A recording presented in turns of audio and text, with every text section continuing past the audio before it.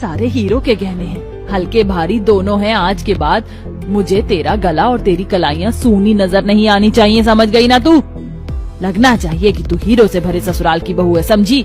इच्छा की आंखों से टप टप आंसू गिरे जा रहे थे। उसने सहम कर जवाब दिया। तभी जैसे वो नजर उठाती है तो देखती है कि उसकी दोनों सहेली आई हैं। मेड दोनों को सास के कमरे तक छोड़कर जाती है। अरे टीटा तारा, तुम दोनों यहाँ? माँ जी, मेरी सहेलियाँ हैं। क्या करने आई हो दोनों? वो माँ जी, मेरी शादी है, बस इसीलिए कार्ड देने आई थी। राजवती उनके बीच से चली जाती है और इच्छा भी हीरो के सेट और उन्हें लेकर अपने कमरे में चली जाती है।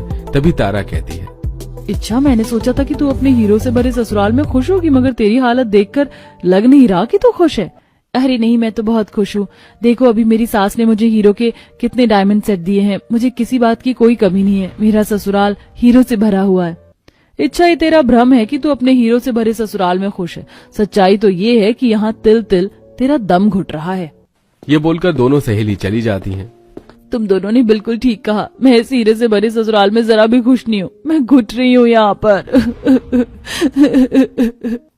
इसी तरह से दिन गुजरते हैं। एक दिन राजवती अपनी सहेलियों के साथ इच्छा के माता पिता उसे मिलने आते हैं। माँ, पिताजी, आप दोनों यहाँ? प्रणाम।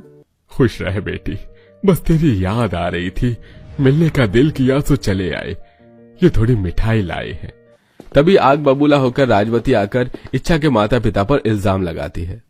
वाह मेरी गरीब बहू, इतना लंबा हाथ मारने के बाद भी तेरे दिल को चैन नहीं पड़ा, जो अब तू अपने गरीब बाप को भी करोड़पति बनाने पड़ी। ज्यादा ना समझ बनकर मत दिखा बहू। मेरे हीरो का ब्रेसलेट गायब है, कहाँ है? बोल। बेटी के ससुराल में ऐसा तमाशा देखकर गरीब माता पिता वहां से जाने लगते हैं। चलो तुलसी, ये हमारी बेटी के ससुराल का निजी मामला है, यहाँ से चलते हैं। एक मिनट ठहरो जरा, तुम दोनों की तलाशी के बगैर तुम नहीं जा सकते। ये हाथ मोड़कर क्या छुपा कर ले जा रहे हो? अभी दूध का दूध, पानी का पानी हो जाएगा। रामू, श्यामू, यहाँ आओ।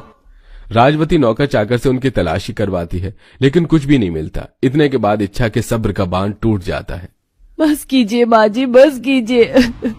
माना कि मैं गरीब की बेटी हूँ। हाँ, मैंने राजवीर से ये हीरो के भरे ससुराल को देखकर प्यार किया और शादी भी, क्योंकि मुझे लगता था कि यही सब कुछ इंसान को असली खुशियाँ देता है। मगर मैं गलत थी। मुझे नहीं पता था, मेरे माता पिता को नहीं पता था कि इसकी कीमत चुकानी पड़ेगी। आपको आपका ये हीरो से भरा संसार मुबारक हो। मैं जा रही हूँ। चलिए माँ बाबूजी।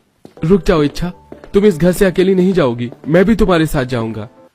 अपनी बहू बेटे को घर से जाते देखकर नरेंद्र का गुस्सा राजवती पर भड़कता है। आज तुम्हारी वजह से मेरा इकलौता बेटा मेरी आंखों से दूर जा रहा